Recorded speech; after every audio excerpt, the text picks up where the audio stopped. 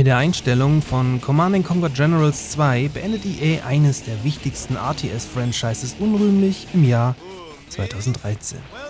Generals 2 war aber bei weitem nicht das einzige Projekt im Franchise, welches niemals ein Release vergönnt war und reiht sich so lediglich in eine ganze Reihe von toten EA-Projekten ein. Für dieses Video habe ich euch 10 Command & Conquer Spiele rausgesucht, die in den Jahren von 2002 bis 2013 ab einem gewissen Punkt abgebrochen wurden. Aber gut möglich, dass es hier noch mehr gibt. Also falls ich was vergessen haben sollte, bitte gerne in den Kommentaren ergänzen. Los geht's! Ever watch someone's face as a rocket's approaching? It's wonderful.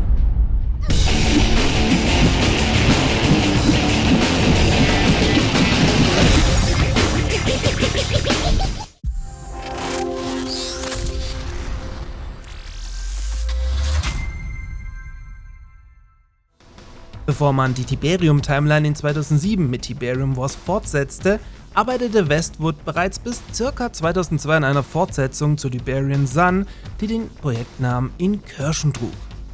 Hier wurde auf Grundlage der Sage Engine, welche gleichzeitig auch für Generals verwendet wurde, versucht, einen Nachfolger zu erschaffen, der bereits hier die Geschichte rund um Nod und GDI final beenden sollte. Das Projekt verzögerte sich aber lange, da man mit der Engine Probleme hatte, nachwachsendes Tiberium in der gewünschten Form zu realisieren. Aber an einem gewissen Punkt wurde das Spiel dann abgebrochen, um sich auf Continuum zu konzentrieren, zu welchem wir jetzt kommen.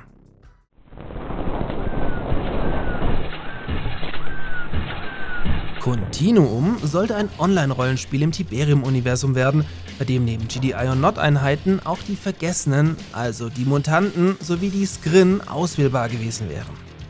Die Story hätte nach dem Add-on Firestorm begonnen, in welcher die GDI dann endlich in der Lage gewesen wäre, eine Technologie zu entwickeln, die Tiberium endgültig entfernt hätte. Daher wurden rund um die Welt Atmosphärenprozessoren errichtet, die die Umwelt reinigen sollten und die so die aus Tiberium Wars bekannten Zonen erschufen. In den roten Zonen ist wegen der Kontamination kein menschliches Leben möglich. Im Grunde ein klassischer Gegenentwurf zu World of Warcraft, welcher auch in etwa gleichzeitig an den Start gegangen wäre. Allerdings wurde das Projekt mit der Schließung der Westwood Studios durch EA komplett abgebrochen. Damit aber nicht genug, wurde im gleichen Jahr die Fortsetzung zu Renegade beerdigt, welche dieses Mal einen Shooter im Alarmstufe Rot-Kosmos werden sollte und zeittechnisch während Juris Rache spielte. Die Handlung handelte von einem abtrünnigen sowjetischen Kommandeur aus der Romanov-Dynastie, der Amerika angreift, um die Ehre Alexander Romanows zu rächen.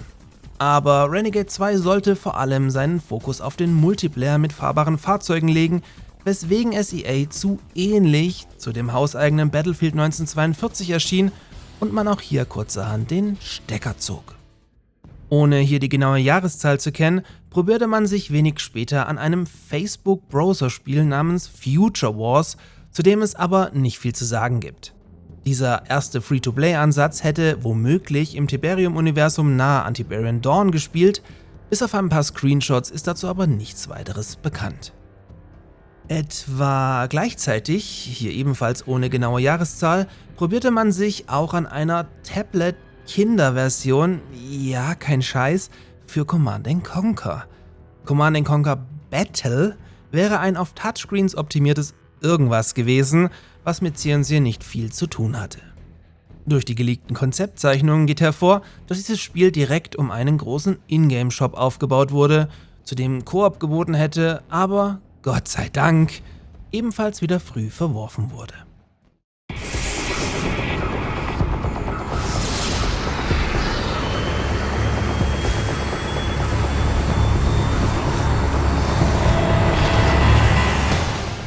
Weiter geht es mit C&C Arena, welches ein mehrspielerorientierter Shooter-Spin-Off basierend auf Kains Rache hätte werden sollen. Handlungstechnisch wollte man hier das Ende von Kains Rache noch ein bisschen ausschmücken, in welcher Kain in einer weiteren Skrin-Invasion verwickelt wurde und generell die Versklavung der Erde als Thema herhalten durfte. Auch hier hätte es sich um ein Smartphone-Spiel gehandelt, in dem ihr mit sogenannten C&C Points Upgrades und Einheiten kaufen solltet. Ach EA, ich verkneif's mir an dieser Stelle einfach. Diese Pay-to-Win-Hölle hat es dann aber nicht mal bis zu einer offiziellen Ankündigung geschafft und wurde schon vorher irgendwann in 2008 abgebrochen. Wir wissen aber trotzdem einiges zum Titel, da ein Mitarbeiter Teile des Materials nachträglich im Netz verbreitete.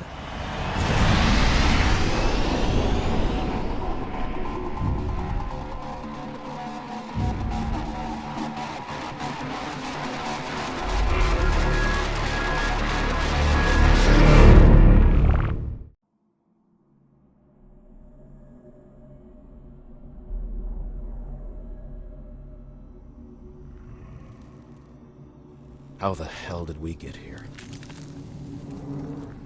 Mankind on the verge of extinction. And after all these years, all we've really learned is the unthinkable. That we are not the only world fighting for Tiberium.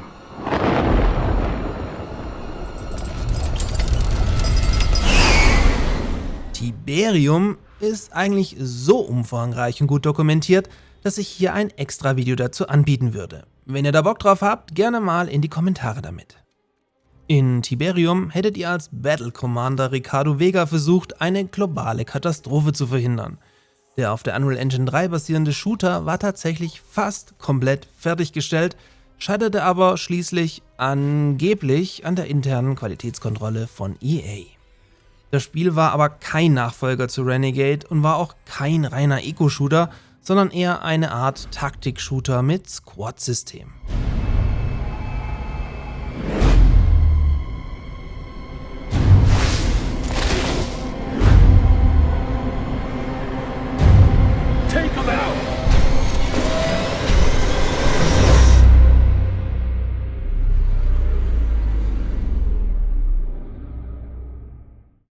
Und wir bleiben direkt bei Shootern, denn auch Projekt Camacho sollte einer werden, welches sich wohl am ehesten mit Borderlands im Command & Conquer-Universum vergleichen lässt.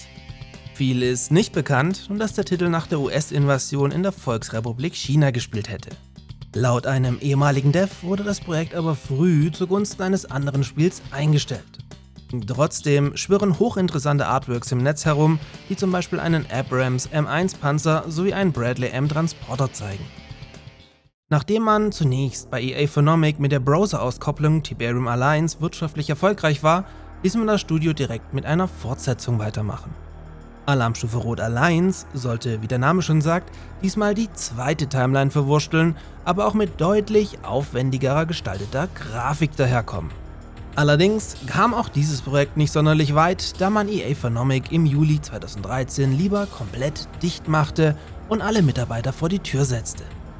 Ganz interessant an dieser Stelle, Teile des damaligen Teams firmierten als Envision Entertainment neu und übernahmen das Büro kurzerhand, um die Idee in Path of War zu Ende zu bringen, welches 2016 als bestes deutsches Mobile Game ausgezeichnet wurde. Heute arbeitet Envision Entertainment sehr erfolgreich an Pioneers of Pagonia.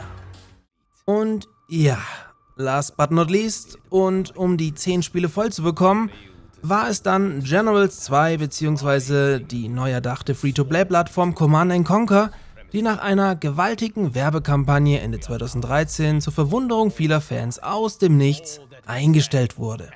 Grund dafür war angeblich ein Geschäftsführerwechsel bei EA, wodurch nach diverser gescheiterter Free-to-Play-Verwurstungen alle Projekte in dieser Form gestoppt wurden und wieder als Vollversion erscheinen sollten. Allerdings war Generals 2 zu diesem Zeitpunkt zu weit fortgeschritten, sodass die Neuausrichtung eine komplette Neuentwicklung bedeutet hätte, die sicher jeder begrüßt hätte, aber von EA nicht mehr finanziert wurde. Ich habe Generals 2 daher ein eigenes Video gewidmet, in dem ich viel ausführlicher auf das Spiel eingehe. Schaut da also gerne auch mal rein. Die Command & Conquer Wochen in eurer Zocker-Lounge gehen natürlich weiter. Wir werden uns hier zum Beispiel noch ausführlich mit Mods und dem anstehenden Mobile-Ableger für 2024 beschäftigen. Bleibt also gerne dran und lasst ein Abo da, damit ihr nichts verpasst. Und in diesem Sinne, bis zum nächsten Mal, Commander.